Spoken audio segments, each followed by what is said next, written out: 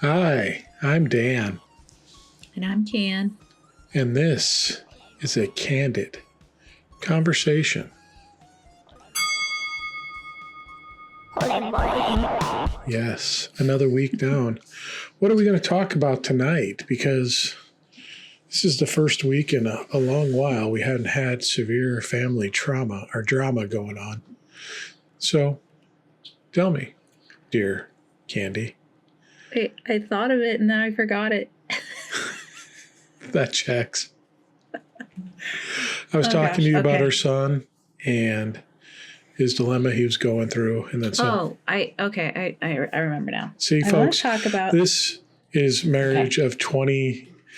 Let's see what I carry the 2, 25, 9, 3, 28 years. Where yes, I know how to refresh her memory because I've been doing it so long. So you know how few words you need to say. Yeah, because you've narrowed it down. Okay. I want to talk about how important it is to be a beginner. Always in something. I haven't been a beginner in anything in a long time. Really? Because you're still learning how to edit.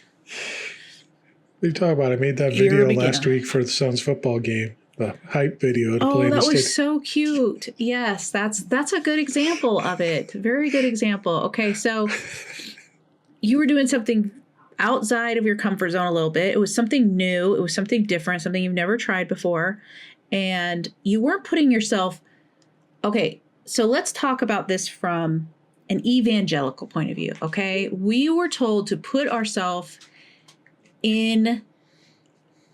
Basically put yourself out of your comfort zone or put yourself in discomfort in some way, right? Yeah. And how did they mean that in evangelical Christianity? How would you say they meant that?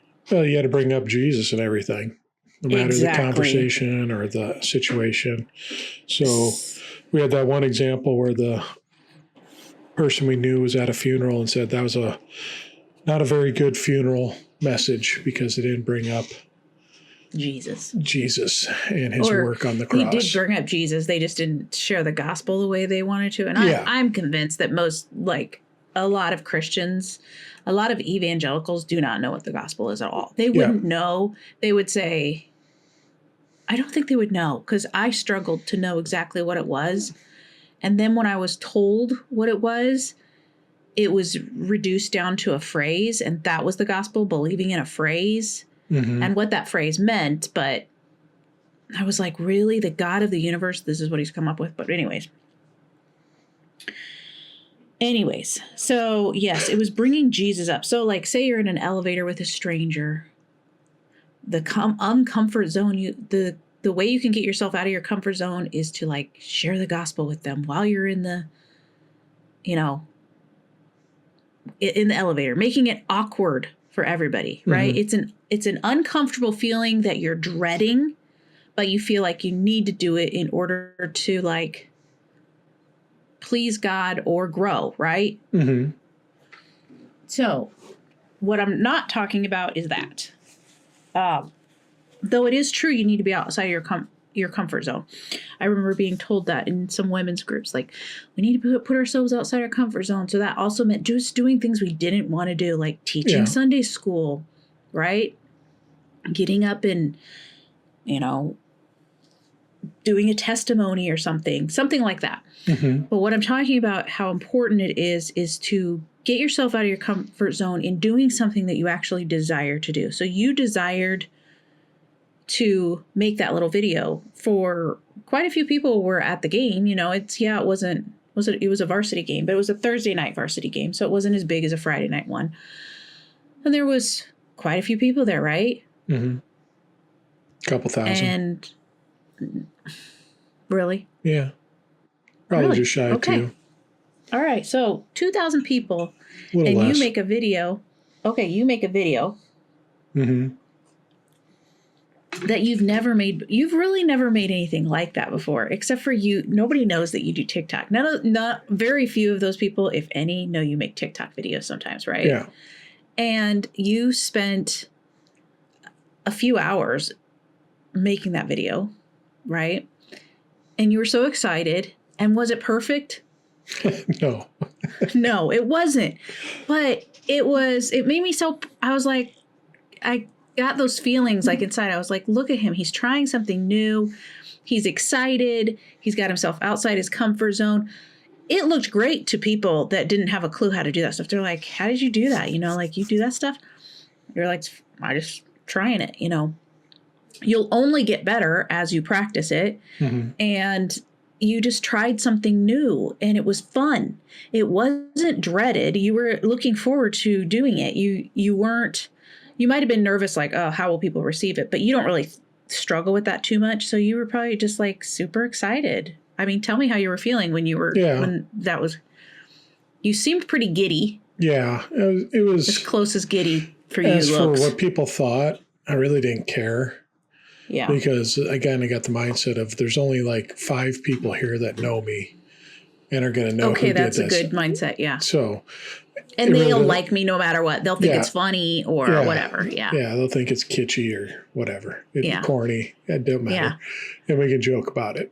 They're not going to. But I think that's the biggest thing that holds people up is fear of what others will say because they're afraid of judgment. But if they can get in their head, like, it doesn't matter. I'm out here trying something, right?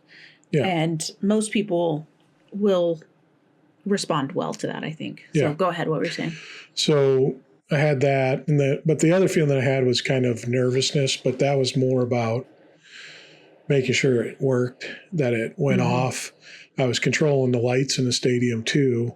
So I was doing a light show with it, amongst other things that were going on before and after it. So I had a lot of stuff of timing and figuring out what I wanted and all that on that. So, yeah, I was just it was a little bit of nervousness, not severe. But that's just good. But that's what I'm talking about. That nervousness is growth. Yeah. If you never feel that nervousness of like, I'm stepping out and doing something I am not real comfortable with, you don't grow, period. If you don't get outside your comfort zone, you will never grow, period. There's absolutely no way to do it. You have to get uncomfortable because growth, that's what it feels like. It feels uncomfortable. It's growing pains, right? And so the way you get out of your comfort zone is you try something that you have a passion to do, or even just a little bit of a desire to try.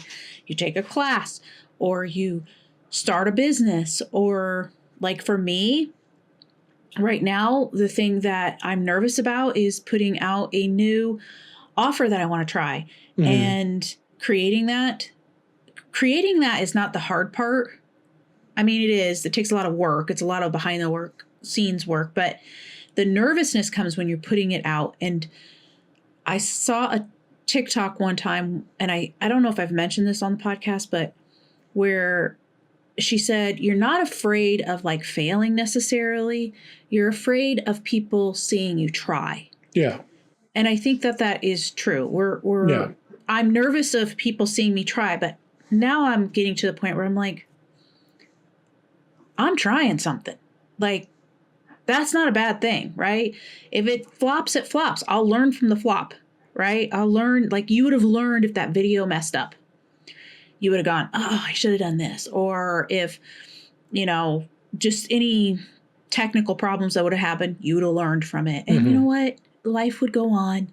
It wouldn't be the end of the world. You're the one that would probably deal with it more than anybody else would. People probably wouldn't have noticed. But it was impressive to me. Like, a lot of people were like clapping and stuff. It was cute. But I'm just saying, like, I think one thing that I've really learned as I'm studying the subconscious mind and working with it is there is absolutely zero way to grow if you do not get yourself out of your comfort zone. Yeah. And in Christianity, it was taught, but it was taught as an uncomfortable, awkward, put yourself out there, make yourself look like a fool on purpose. And, we know people who do that. We know people who, they just got to shove things at people because they think that that's growth, but they don't grow. They don't change. right? Growth, you should look different as you grow. I don't know. Add to the conversation, Dan, because I'm doing all I'm just watching. It's just nature, the nature of things too, because, that's everything we do when we grow. If you think about it, for a seed, the uncomfortableness of the swelling and then the explosion and breaking through the shell, and then growth comes in. You think about it from an exercise. If you want to get bigger muscles or better endurance, you got to go through the pains of the first few days of moving them muscles and the pains of the soreness that come from it, but then growth comes from it. So if you want to get bigger and larger, the pains of your stomach expanding so much from eating so much, but you got to fight through that in order to put on them LBs. Okay.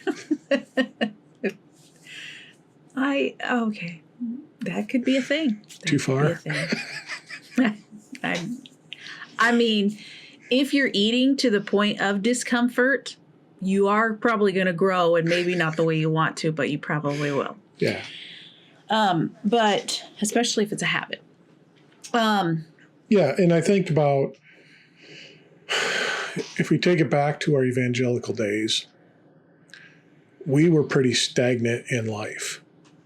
Oh, yeah. We had our roles, and we were going to do what our roles were. And we look at, we also had the start of the planet figured out. Yeah. We knew how it ended. Yeah. We knew everything, right? But we were geniuses. We weren't trying and branching out on a whole lot of new things, Maybe we'd go to a different restaurant and try Thai food or some shit like that. But I don't even, maybe a little bit, but we were pretty, and also the things we would try were like, we'll go to this new church group, and it was the same stuff. I don't. And it's not to say we'll teach Sunday school. There aren't Christians that would try new. Oh yeah, they're hobbies or interests or anything like that. It's not, but for us, that's what it was. We weren't coming out of our bubble. We weren't expanding. No, and especially if you think Jesus is coming back anytime. Yeah. Why? Why start a new hobby? Why try to learn anything new? You are going to get out of here, right? Yeah, that escapism mindset keeps you from growing too. Yeah, you know it all, so you don't need to go. But then I expand it and see what we could have been. So I look at your parents, my parents. They didn't pick up a whole lot of new. None of our parents have hobbies. No. Well, maybe my mom a little bit with gardening. Mm-hmm. Yeah. Your mom is probably the closest. My mom has had them and dropped them because I think ADHD. For whatever reason. No, I don't. I think, maybe that, but also, and my dad has had few in between, but actually my dad only had one. He gardened for a season, and that's the only thing I can remember, besides reading the Bible. And that's the thing, and that's the kind of the point I want is your dad's not in the best of shape. His mind is not in a good place. No, he has dementia, but it also that can be, there's lots of factors that factor into that. But one way to help kind of push back against it in the first place is to have hobbies and to learn new things and to continue to grow your mind. Yeah, it's the mind's a muscle. The mind does not grow without being challenged, just like everything else. There has to be uncomfortable, like, oh, I'm uncomfortable with those two thoughts. Instead, in Christianity, that cognitive dissonance that comes up, we run. Yeah. We run, change the subject, start insulting the person. With that example, it's like if I said, I'm going to start working out, I'm going to start doing push-ups, and I'm going to do 10 push-ups. And all I ever did for the rest of my life was 10 push-ups. There would be an initial little burst of something, just a little thing. It could be okay. But if you never changed, nothing would come from it. So with your dad, you might get some. You might get some benefit. If you weren't doing push-ups and you started doing 10 push-ups a day and you created that habit, that's not bad. No, but it's not going to help anything. You're just going to. Well, it will help a little bit. If he would have started a hobby and kept with it, well, I'm saying it would have helped. What I'm trying to say is all he ever did was read the Bible. That was his spare time. Yeah. Was reading and taking notes. He didn't challenge. 10 push-ups might have been more beneficial. But he never worked out the muscle of his mind. Mm-hmm. He thought he was, but he was just doing the same thing. He was doing the 10 push-ups every day. So it never got bigger and never got stronger. It just stayed the same and never got challenged, which is probably a giant contributing factor to his condition right now because he never challenged it. And that's the issue with religious systems, is that you don't have that challenge, that resistance to push you into something bigger or better. Mm-hmm. Your mind becomes mush. Well, remember when I remember going to church. We were at one church where they started this thing. Remember when 40 Days of Purpose was so popular? And on January of every year, they would teach it. And I just remember, like, when January started and they started talking about it again, I'm like, we just talked about this like 12 months ago. Like, it's not that far away. And we learned it. And now we're just going to go through it again. And I know that we have talked about this subject that we're talking about right now. I know we've talked about it in different ways, right? Which people could be like, that's the same thing, but it's not. We have grown and understood even more. And so we're bringing that to the table to understand. As we're understanding, we're sharing it with others, right? So like even boredom, I've learned that boredom is there to give you a chance to actually try something new. If you don't get bored, like say you were doing the 10 push-ups, eventually you get bored, right? You can either go, I'm just going to keep doing those 10 push-ups and no more. Or you go, you know what, I'm going to see what happens if I do 15. Maybe I can do 15. Yeah. 10 is easy. I'm going to try 15, or I'm going to put some weight on my back, or I'm going to do something else along with the whatever. You can add to it. And it spices it up a little bit and it becomes more interesting to you and it becomes a challenge and then you will grow. But like what my dad was doing is he would read the Bible, and if a new idea came at him, and this is what a lot of evangelicals do, like you can read it from, someone would say, you know, I read the Bible this way. This is how I understand that verse. Or I don't, because we all know anybody who's actually got critical thinking skills understands that you're cherry picking the Bible. There is nobody that agrees that with 100% of what's in there, because you cannot agree with love your neighbor as yourself and then also agree with that you can have like slaves submit to your masters. Yeah. Right? They seem to contradict each other. Like to have someone enslaved and to have someone be their master, like or you can't believe in, I guess you could believe in that and you could twist it somehow into your own thinking, but you can't believe in a hell, which is keeping a record of wrongs, and then also believe that love doesn't keep a record of wrongs, because it says both of those. You know, those contradict each other. And I mean, there's just so many things that you have to cherry pick it, right? And people will throw this out. You're cherry picking, but you are too. Everybody's doing it that reads the Bible. You're cherry picking. What my dad would do, and a lot of evangelicals do, is someone will go, hey, I understand it this way. And they cannot go there. They think they have it all figured out. And they so rarely allow their minds to be changed. Yeah. And actually, that reminds me of a quote that I shared on. I try to throw out these little things on Facebook every once in a while just to get people thinking. And I threw this out. Okay, so it says, what smart people do differently. They change their mind fast when presented with better information. New data, new position. Better argument, new perspective. They're not attached to being right. They're attached to being accurate. Weak minds defend dead positions. Strong minds evolve quickly. Intelligence isn't knowing everything. It's updating rapidly when you learn you're wrong. Yeah. And I just thought that was really... But it's true, because... helpful. If you think you have the truth and you refuse to let anything come in and refute it or challenge it, you are going to become dumb. How can you know you have the truth if it can't be challenged and still stand? It should be able to be challenged, and if it doesn't stand up, it's not the truth. Your intelligence is going to deplete because you're not allowing you're just not challenging yourself. You're not allowing yourself the rigor to debate or anything like that. You're saying, especially if if you're allowing people to challenge you and you challenge the information and the information doesn't seem substantial, that's different. Yes, you're still growing. You're reinforcing you're strengthening you're realizing position. Whatever you're believing is strong. Yeah. Yeah. When you just on the face of it refute it and don't allow it in and don't even try to let it or challenge it or challenge the merits of it, your intelligence is going to diminish. Or you're going to show your ignorance or your unintelligence. And it makes you just dumb.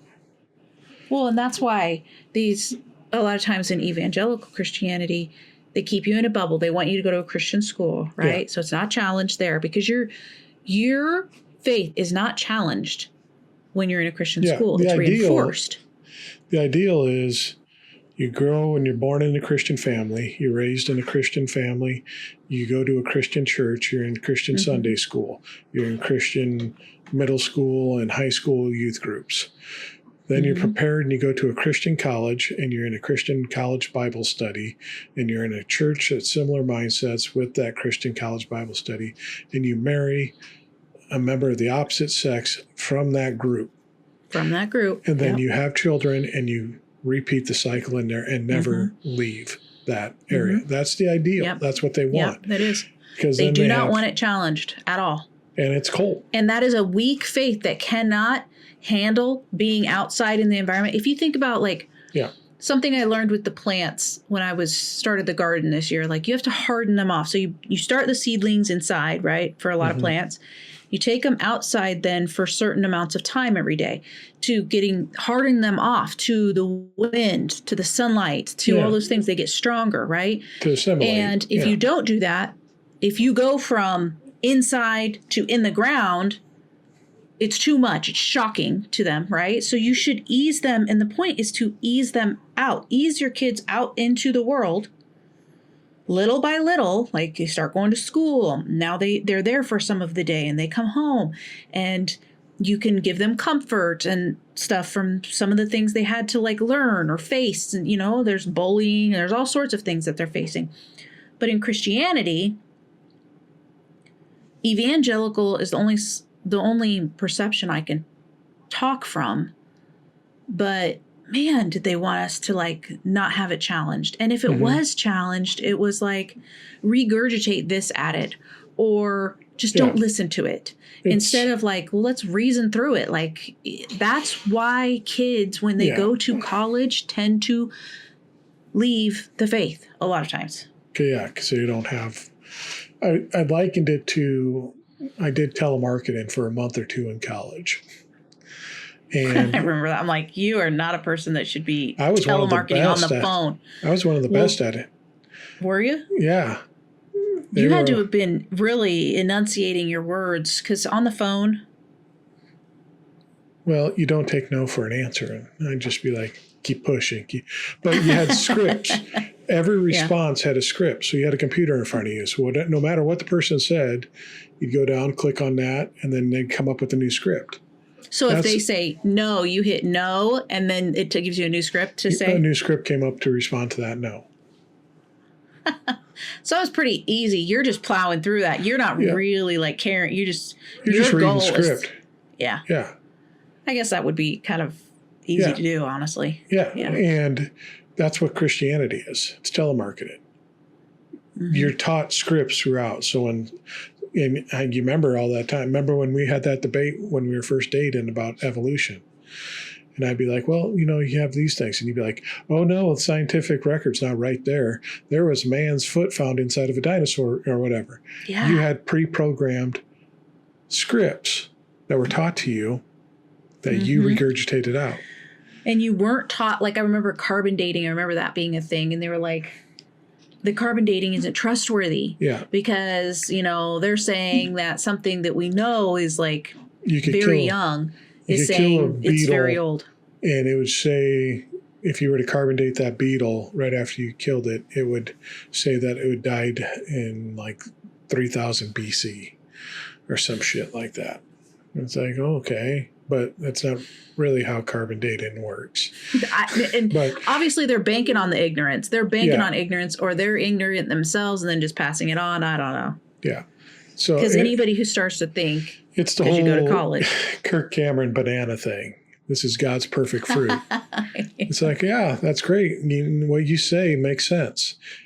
Except because it's perfectly shaped for the hand. Yeah, except when you look at the facts of that's not what bananas originally were. What God created was this little stubby thing that was all seed and nothing else. Yeah, it's been engineered, right? Yeah. By men to have the shape that it has, to, all of those things. They've messed with the seeds so that they could get this fruit that is easy to eat, that we like the taste of. To make it ideal. Yeah, that's very interesting. Yeah, how they use that as an example. And it's like, that kind of disproves what you're saying, sir. Yeah, so you're just taught scripts. You're not really allowed, because you're not working that muscle of your mind. And I think that's we kind of really honed in on one aspect of uncomfortable and growth, because you were trained not to be uncomfortable in your responses. That's why you were given your in church. So when you talk to someone about evolution, I'm comfortable in this situation because I can rattle off, no matter what you say, homeboy, I got a response for you. Kind of like Charlie Kirk did. Yeah. Well, he did. And if he got uncomfortable, what would he do? You'd switch the topic. Change the subject or redirect. Distract by they'll insult. I don't know if he did a whole lot of insulting. I think he did sometimes maybe, but a lot of times you'll have people they'll just start insulting. It's what our dear leader's doing right now. Anytime someone brings up something that's damning or, some files that might come out, it's a redirect, and let's point at this, and we're going to do, and he's going to redirect to something else. Mm-hmm. There's no challenge. That's just the way. That's what children do. If you think about it, if they're going to get caught, they try to look at this, trying to distract, trying to be cute or whatever. And it's harmless when they're children. Yeah. You're teaching them how to make mistakes. We're taught so much in Christianity to be perfect. And our idea of perfect means no mistakes, instead of perfect being mature. Start maturing, learn. And you have to make mistakes to learn anything. If you don't make any mistakes, you're not going to go from knowing nothing to knowing everything. Mm-hmm. It's a process. So you're going to take steps. Just like when you ride a bike for the first time, you're going to fall sometimes. Yeah. You're going to skin your knee a couple times. You're going to, you're going to have trouble turning or stopping. And those are all things you have to learn. And as you practice them, you get better and better and better at it. And then once you know something really well, start adding to it. Get yourself uncomfortable again. Take a new thing, or, push yourself a little bit further when you'll want to. As boredom is on purpose. It gets you to that point. Now with Christianity, boredom forces you to be creative. Exactly. And that's what it's for. Because it's this space where you feel stuck, and all that means is you're ready to start growing. When you start to feel stuck, it means you need to start growing, and you're ready to grow because you're feeling it. Mm-hmm. And you want it when you're ready to get out of it. When you're I feel stuck, but I want out, that just means you have this desire to grow. And now you got to figure out what it is you're wanting to grow in. But in Christianity, you had it all figured out, right? And this isn't just Christianity, because I see dead people. Huh? Dead people? I see dead people. I guess maybe it is a lot of times Christianity. I don't know, because I always think of your parents. I was so used to thinking of Catholics not being Christian, though I know now that they are. I think of your parents not being evangelical. They were Catholic, and there's not much growth. No. They are very stuck in what they believe. There's a little bit of growth, maybe a little bit of as their grandkids kind of challenge their way of thinking, maybe. And if we're going to be 100% honest, it's not just religion. There's all sorts of different things that people get stuck in. We have people stuck in political bubbles, certain whatever.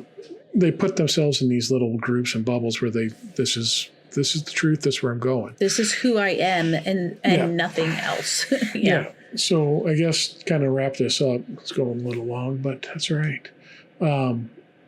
Is that you need to step out and experience more. It's only going to benefit you. And then that is also going to benefit the world, because you're going to be putting out stuff in the environment that is positive. It's going to be good. You being more authentic and doing something you actually want to do. We're not asking you to put yourself in a comfort zone where you're doing something you absolutely hate. Yeah. That's not what we're talking about. That was Christianity's way of getting you out of your comfort zone. Christianity wanted you to go into the island with all the people that didn't want you there and were going to throw spears at you as you rode upon shore, like that one missionary did. I mean, the people who leave Christianity, those of us who have deconstructed, we felt this uncomfortable feeling before. Mm-hmm. It was uncomfortable to leave Christianity, very uncomfortable, but it was growth. And now that you're outside of it, you can see that you've grown. So just don't stop there. Keep growing. Keep learning something new. Keep deconstructing or deconverting or whatever people want to call it. Yeah. So find the thing that you want to learn and just start walking in that direction. Whatever that looks like. It doesn't have to feel completely out of your comfort zone, just a little bit uncomfortable. And you just keep pressing into that uncomfortableness little by little, and you will grow. Yep. So if you're feeling stuck, that's the answer. So that's what we got for you. Step out, embrace the boredom, and find out what you're going to do next. If you were watching us on TikTok, or not TikTok, YouTube, we're getting out of TikTok. Give us a like, subscribe, and follow. We'd appreciate it greatly. Leave comments. We love hearing that, and we love talking to y'all. Perfect timing. Boy just text. Go on to dannycan.com. The link is in all of our descriptions, whether you're on Spotify or Apple or YouTube. We have it in the description that you can click on the link, and it has everything that we're doing, which is mostly candy stuff now. Eventually, maybe we'll have some more odds and ends in there that will be more my forte. So go on that. We're still in the learning phases of a lot of things too. So yeah, we're learning too many new things. We gotta. Sometimes we take on too much, but that's all right. And if you're listening on a listening platform, go up and give us 5 stars. Leave us a comment there too. We'd appreciate it if you got time. We love hearing from you all, and just it makes our day when we see someone comment about something, no matter what it be. So leave us a little comment, reach out, talk to us, and try something new. In Jesus' name, amen. Amen. Bye. Bye.